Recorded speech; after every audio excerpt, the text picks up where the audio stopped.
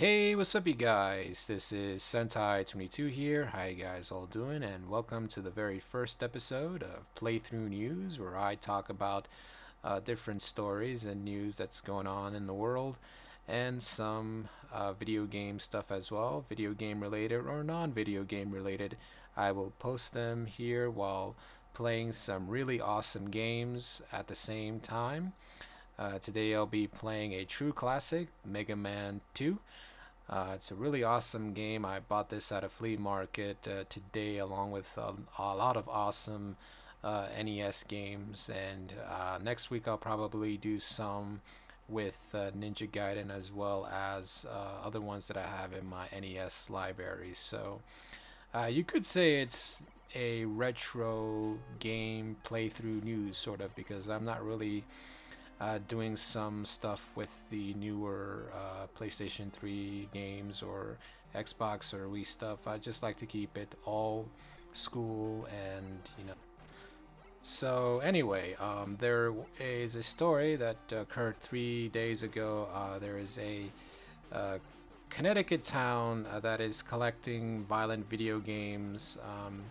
A resident continues to try to come with grips with the horrific Newtown disaster. Obviously, it was a very horrible tragedy that unfolded in Sandy Hook, as well as other tragedies that unfolded the last year, like the Batman theater shooting and other that were in the past.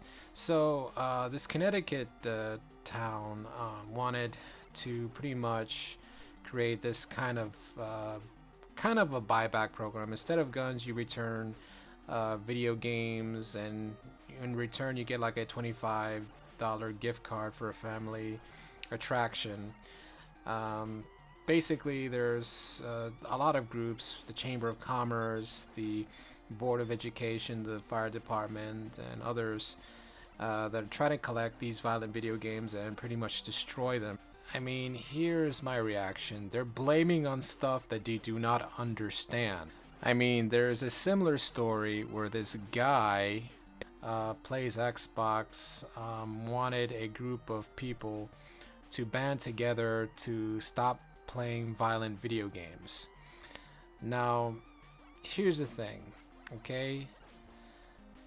Let people play what they want to play, okay? These things do not cause people to go violent, okay? Violent video games and violent entertainment don't create psychopaths, okay? They don't. There have been studies, there have been statistics saying that violent video games, violent movies do not create psychopaths or killers, okay? If I remember correctly, violence existed way before video games and movies. I mean, if you look at Prohibition, this was before the movie industry, sort of, and violent video games. You'll see a lot of murders during that time. I mean, just look it up. Now, when I was a kid, I used to play a lot of violent video games. I used to play Streets of Rage, Mortal Kombat for the Genesis. I played the Mega Man game, as you see here. I played fighting games like Tekken, and of course, one of my favorite video game franchise, the Grand Theft Auto series. Really awesome sandbox game. You can do whatever you want. You can kill prostitutes and steal money from people. Oh, I love that. But did that make me into a serial killer or a murderer? No, because I knew the difference between the virtual world and the real world. Okay? And thank God for my parents, because they understood that their child had common sense to know that these are just video games and just such. However, there are some parents that are just too brain dead to realize this and try to cover this. I mean, don't get me wrong. I mean, if you're trying to block your kids from playing violent video games, that's okay. Okay, it's understandable. But you have to talk to them. I mean, if they're ready to play a violent video game, then you should have a really long conversation with your kids and try to, tell them that this is a video game and it's only a video game, and you should not emulate these events in the real world. So I think that's what every parent should really be doing, instead of just trying to ask the government for, hey, we need to do something about these violent video games. Yet they did. It's called the rating system. It's not too hard to find it. It's in the bottom of the game box. I mean, really. I mean, disposing your violent video games, you can get like $25. I mean, if it's cash, I mean, you can get a, those cheap first-person shooters at the discount bin at GameStop. So might as well take the opportunity, I suppose. But if it's a gift card, just don't even bother. I mean, really, it's,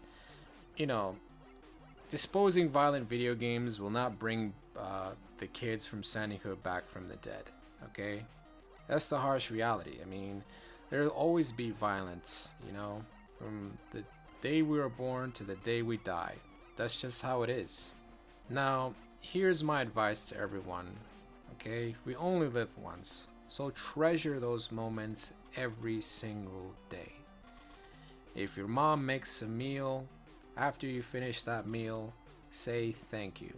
That is the most appreciative thing that you can ever do. And that's what I do whenever my mom makes a really hot meal. Also, talk with your dad, talk about the events that's going on in the world. Also, tell your brother what's going on as well. And, those little conversations, those little moments will always be there forever, because you don't know when your life is going to end. It may be today and it may be tomorrow, who knows. But all we know is that you treasure those moments, treasure them forever. So anyway, guys, what do you think of this story? If you guys want, you can subscribe as well. Check out my Facebook page. This is Sentai22, and thanks for watching.